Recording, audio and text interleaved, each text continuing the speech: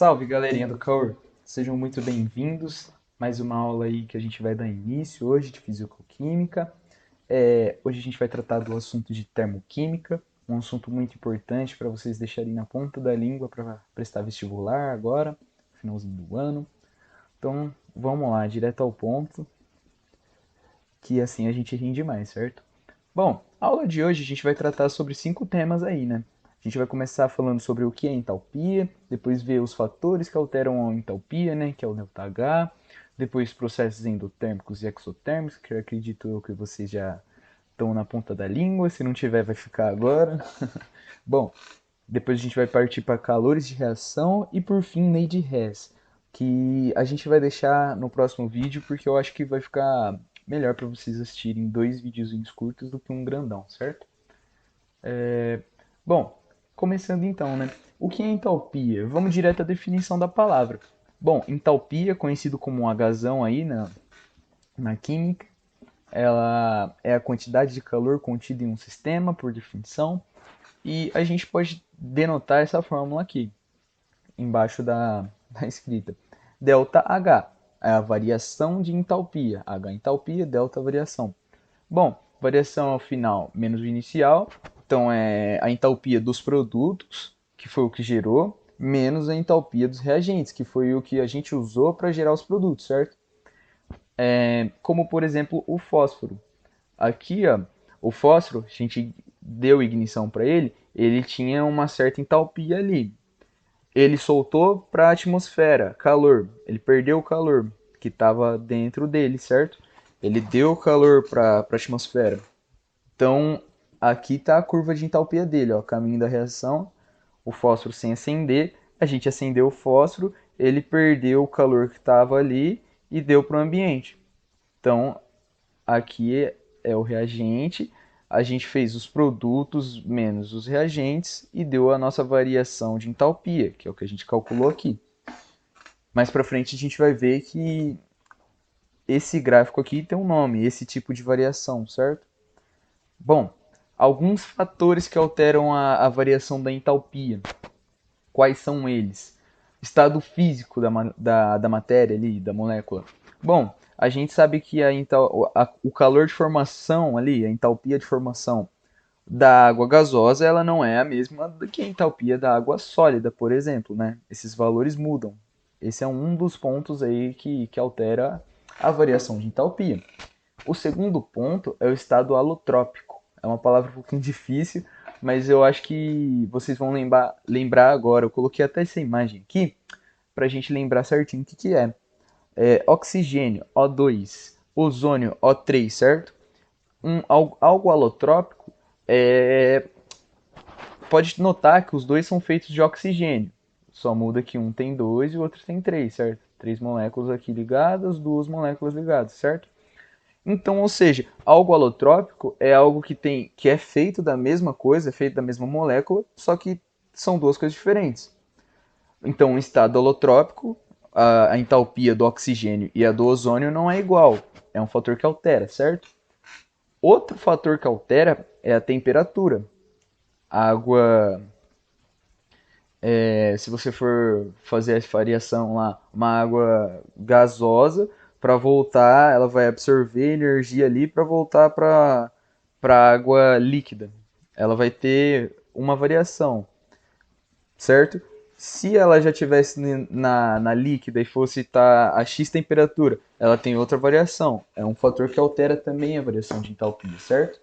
E outra é a concentração da solução, que faz total sentido por causa dos reagentes, certo? Você altera os produtos, altera os reagentes, altera o produto também, que altera também entre si o delta, que é a variação entre eles. Bom, processos endotérmicos e exotérmicos, uma área muito importante aí e que eu adoro falar sobre isso, porque é muito simples, gente.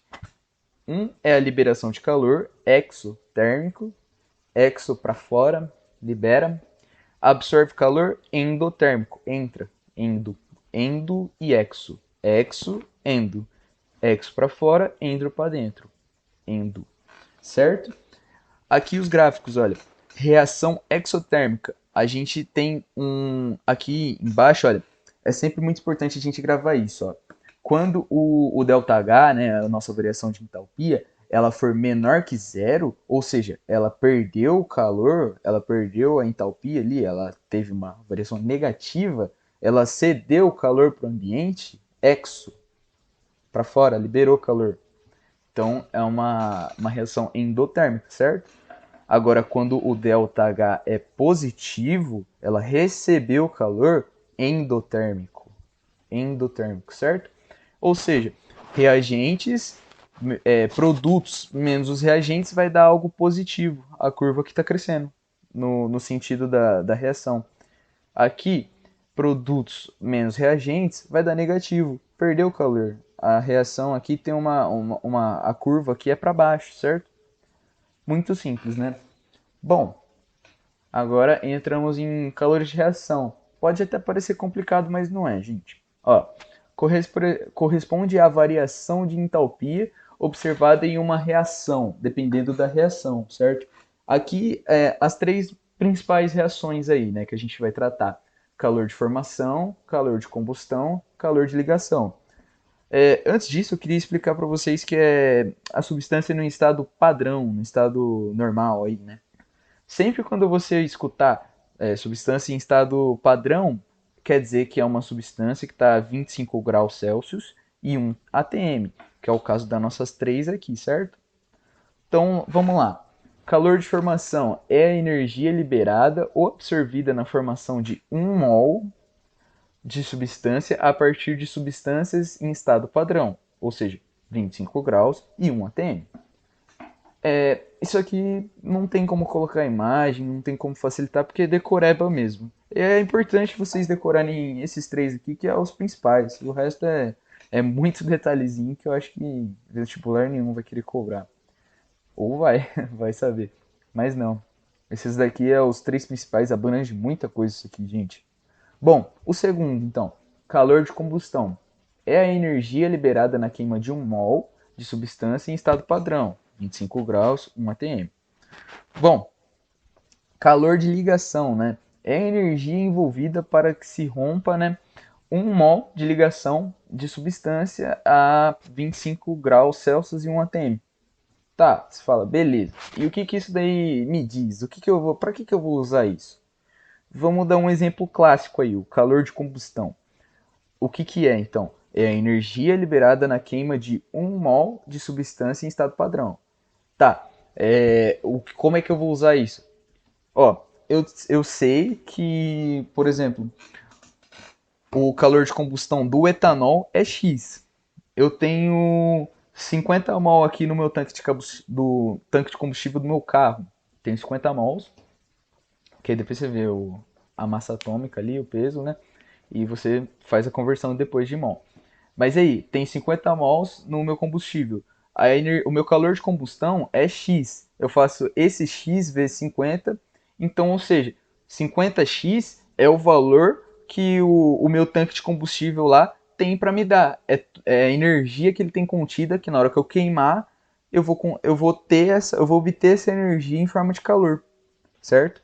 Então, ou seja, a gente consegue calcular o quanto de energia tem no nosso combustível lá no carro, só sabendo o calor de combustão e multiplicando aí os números aí. Depois precisa também de massa atômica, mas muito simples, né, gente?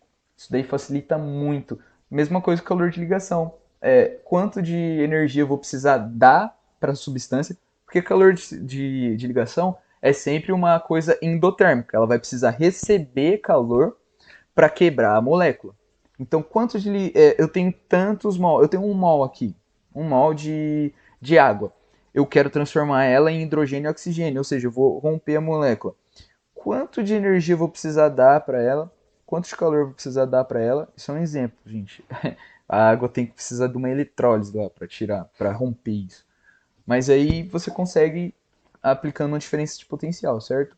Mas isso, o calor de ligação vai dar pra gente o número exato de energia que ela começa a romper a molécula. Então a gente consegue ter tudo isso na ponta da caneta, saber exatamente quanto que a gente tem no nosso combustível, quanto que a gente precisa de energia para quebrar as moléculas da química. Isso é muito interessante, certo? Então, os calores de reação é esses três principais aí, gente. Não tem como passar de maneira mais simples. Tem que decorar isso daí mesmo, certo? Então a gente vai ficando por aqui. Vou dar um tempinho para vocês assimilarem essa aula, compreender o básico de termoquímica, que aí a gente vai introduzir no próximo vídeo a lei de Hess,